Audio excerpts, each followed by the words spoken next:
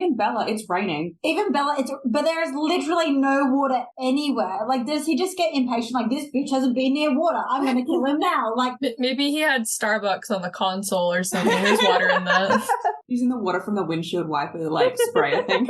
But it's just like all the others are like pretty like surrounded by water basically. Yeah, and then no this dude is just like, oh no, he's all. just gonna drown or nothing in his car. Like, yeah, I don't know. Maybe he's just like a water bender, and he's like, I'm gonna use your sweat. And like they were at this guy's mansion. We could have a pool. We could have. Oh my god, I get that reference now because I've seen Ala. Yes. Sam makes direct eye contact with the ghost, and then like jumps out of the way while doing it. Beth, Jamie, you've both done extensive research. You're the experts of all the people I know on ghost physics. Because that's a field that you can be an expert in. I'm so honored that you have bestowed that title upon us. I don't know if it's actually earned. Do you guys think the bullet stops when it makes contact with the ghost, or does the bullet travel through the ghost and Sam's life's in danger if he doesn't move?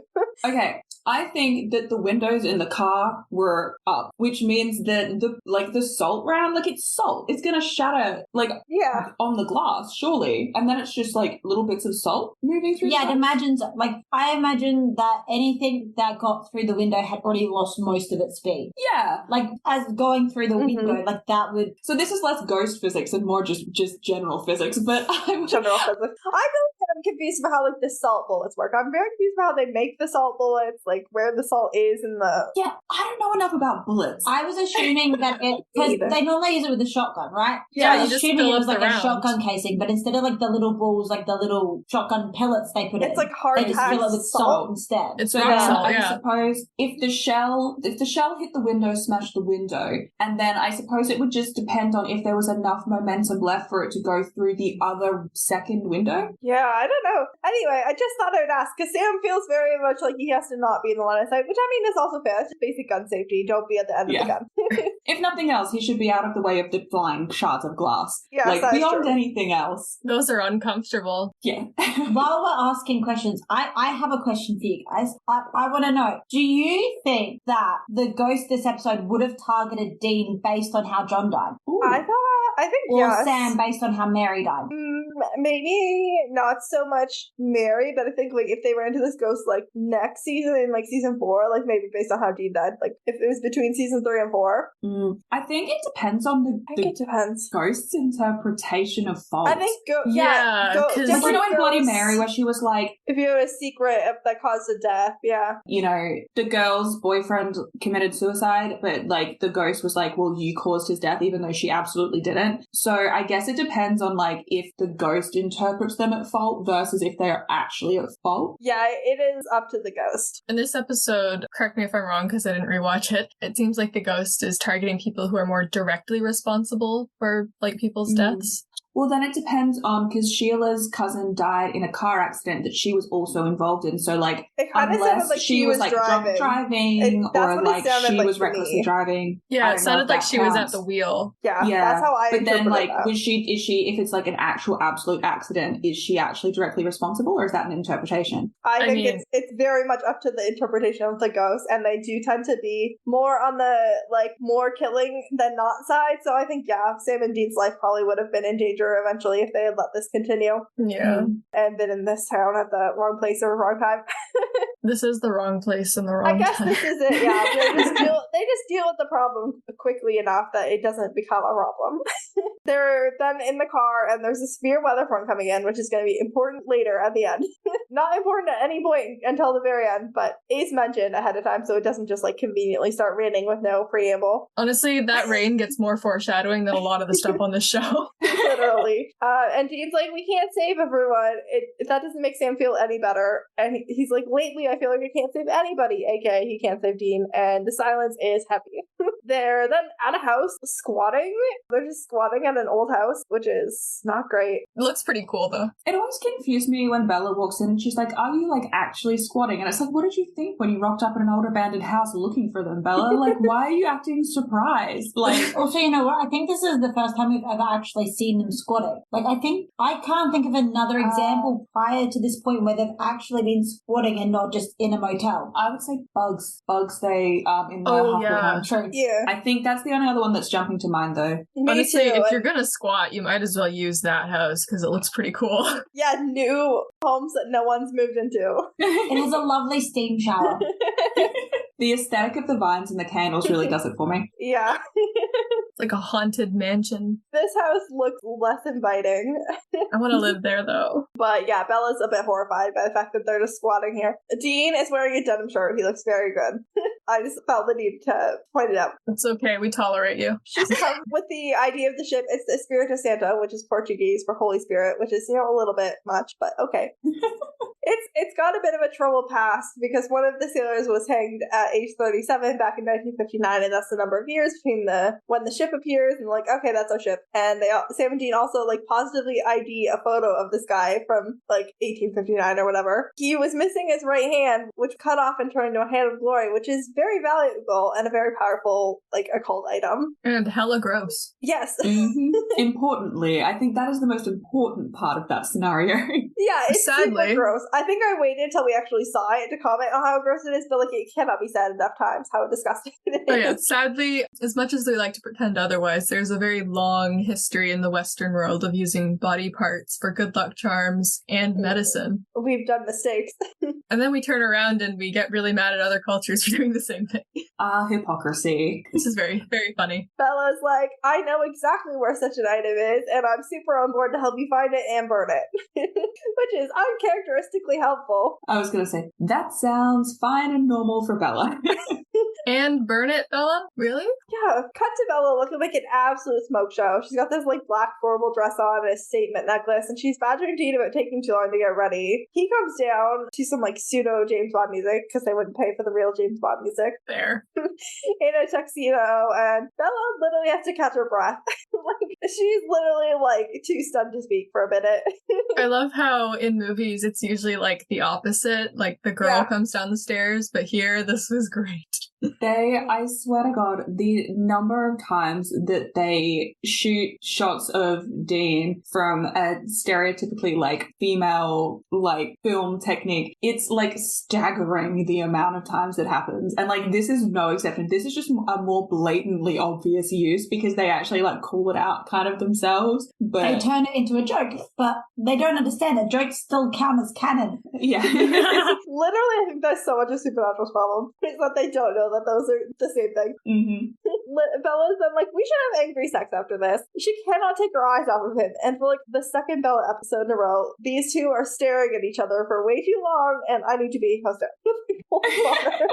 They're just so good looking, both of them. Arriving at the Sea Pines Maritime Museum in a thrall of Dream of Tomorrow by Trevor Duncan, Bella watches Dean stick his gum to the bottom of the film. He's the worst date ever. Except for Sam's date. I have a bone to pick about this, actually. I don't think I even mentioned it when we covered this episode, but it really stood out to me on this rewatch, which was did we ever see Dean have gum? Not really. There's a couple of times in this episode where Bella kind of calls him out and calls him stupid, or basically insinuates that he's not good enough for this lifestyle. And it really pisses me off a little bit. But also just the fact that they went out of their way to give him gum just so that he could be uncouth about it. I'm I don't think he ever chews gum at any other point. No, I don't. Did he specifically choose to chew gum just to piss Bella off? I was about to say that. Part of me thinks that he only brought the gum and chewed it just so he could annoy her and do that in front of her. But also, don't stick gum to the bottom of things. Throw it out. It's so that's gross. Oh my god. Even if you're trying to gross out Bella. On someone who accidentally touches it later. Somebody's gonna have to clean that fountain later. Some poor minimum wage worker who, already had to deal with all these rich, snobby people all night. Is gonna have to also clean it's in that America, up. so the minimum wage is shit. Mm-hmm. Yeah, they're making $4 an hour. Is that actually the minimum wage? I'm sure it is somewhere in America.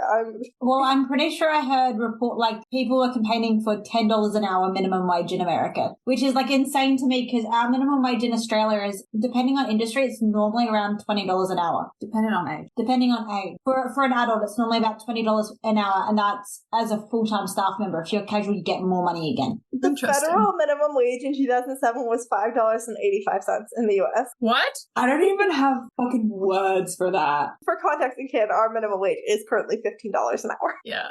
Yeah, ours is hovering around, I think it's like $19 an hour, but that's only if you're full-time. If you're casual, you get an extra 30% on top of that, which is casual loading to make up for the fact that you don't get paid sick leave or annual leave. We But should again, do it's that. dependent on industry, Depending on age. industry, depending on age. So if you're younger, you get less, but if you're 21 or over, you get at least that much. Interesting. And some industries are slightly more, slightly less, but it normally only varies by like maybe $3 either way. Sam is unfortunately there with Gert, who they Gert. use to get invitations, and he's just so uncomfortable. His hair has improved back to season 3. They're just like, let's make this sexual harassment, but then let's make it a joke. And Yeah. it's like, Because it's happening to a guy, and that's funny, right? Yes, definitely. So amused. Although I will say, as uncomfortable as the whole thing makes me and how gross it is just generally, Jared's facial journey through those scenes is really entertaining to watch. Like he just has a really great range of expression that I very much enjoy watching. I just wish that it wasn't in this context. And he doesn't get to use very often. He doesn't get to do a lot of, he has his 4 sandwiches for faces, but like he has other faces. I'm going to start using the term facial journey now. considering the rest of the show, he's actually surprisingly good at like comedic acting. Yeah, I think that's honestly where they do some of their best, I think. Like, this is a show that does not very often lean on the comedy of it. So it's really fun when we do get to see them lean into the comedy of a bit. It's just really unfortunate that this one, the bit's about sexual harassment, essentially. Yeah. Sam does look like super good though. Like he's just planning to drink his way through this experience, and like his hair is back to season 3 hair, and he's got his little tuxedo on. He looks good. There's a silver lining. Yeah, we got rid of the weird season 1 hair that he had for like 2 seasons, and that's a plus in my book. Maybe it was to make the tuxedo reveal more dramatic. I mean, he does look good. But Dean immediately clocks the guards. He's like, these are like state troopers. Like, these are like they're not going to be easy to get around. And he's like, I'm going to think of a plan. And Bella's like, don't strain yourself. And then she says that the legend is not living up to the man, which he takes offense to, as he probably should. And then she immediately pretends to faint and just expects him to roll with it. I would watch a whole sitcom about these two being partners in crime. It would have to be a sitcom, no drama. I just want comedy. Dean then asks the waiter if the hors d'oeuvres have shellfish in them because his wife's allergic. And when he's assured that they don't, he grabs one. And IMDb says this is evidence that Dean has a shellfish allergy. But I think this is further supernatural evidence because shellfish isn't kosher.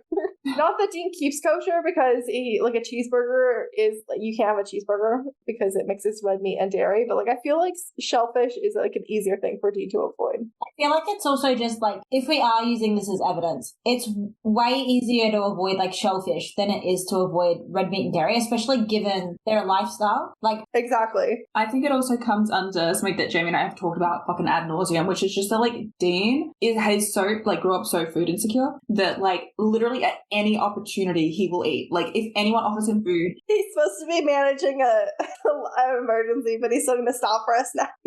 Yeah, literally. Like food is just there more are important. significant moments when he doesn't eat. Mm-hmm. Yeah, absolutely. absolutely. No one, literally no one. But what if it's food insecurity? No, we've talked about it a lot. Yes. But I'm always happy to talk about it again because it is so much a part of both of their characters, Dean specifically, but also the way that Sam eats. Like the things that Sam will eat versus the things Sam won't eat are also very important. Also, I do think it's very funny that Bella is still pretending to be like unconscious. Having she's a probably medical emergency. She's probably just like, are you serious? The waiter gets up and leaves them without intervening on Bella's behalf at all. There's no evidence that Bella and Jean have arrived together. There's no evidence that they know each other. He just is going to leave them unattended. One of the guards comes Especially over. considering she's just collapsed. Like, I know that the supernatural writers seem incapable of understanding that men can be very gross and predatory towards women, even evidence in the first scene of this episode. But, like, not to get too deep about this or anything, but, like, what if he had drugged her? Like, exactly. There's no evidence that they know each other at all. Like, these people do not know them, do not know that they came in together. They're not even wearing wedding rings, even though he's claiming they're married. Like, there's no substance. Also, though, this is a minimum wage waiter. True. probably been busy dealing with like other rich people. And like they should have called 911, obviously. If there is a woman passed out, precedent is, to stop everything and provide medical assistance to the person having a medical emergency. Yeah, like they should have called 911. Absolutely. But they didn't. I wouldn't expect them to like be keeping track of like who they arrived with. That's like the guard's job. No, but like if someone's like got a passed out girl. And especially considering Dean's excuse is she can't handle her champagne. He's just saying, she's just drunk, it's fine. She's too drunk and you don't know that they actually know each other. It's not good. It's all bad. Red flag. Yes, red flags ever. The guard comes over and is like, what's going on? Dean's like, can I just take her upstairs? Like, and then